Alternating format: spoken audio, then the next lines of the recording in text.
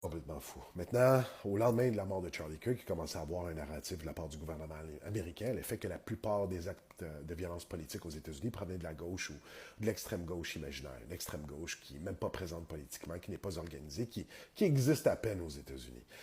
Donc, clairement, pour quelqu'un de moindrement informé, on sait que c'est faux. C'est notoire aux États-Unis que la plupart des actes de violence politique proviennent d'un seul extrême, c'est l'extrême droite.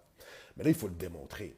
Heureusement, il y avait cette étude du département de la justice américaine sur laquelle on pouvait se fier. Je l'ai mentionné dans un de mes lives. Cette étude-là, qui a vraiment colligé des données depuis 1990, est venue à la conclusion comme quoi, et c'est même pas proche, la majorité de la violence politique aux États-Unis vient d'un seul extrême, et c'est l'extrême droite. Puis c'est normal, ils sont plus organisés, ils ont plus de moyens, ils ont des armes, ils ont des milices, et ils sont présents politiquement, contrairement à l'extrême gauche, whatever that means.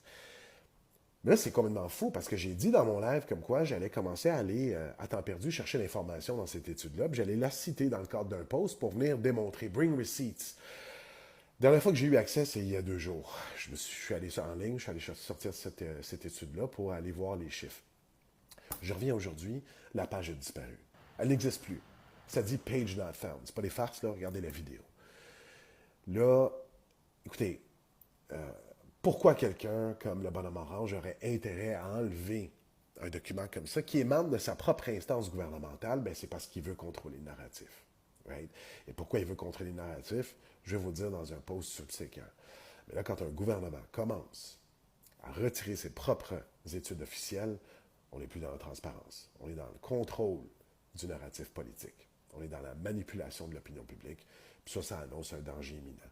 Là, je vais mettre le site web du site Internet dans l'écriture en bas là, du post, je ne sais pas comment on appelle ça.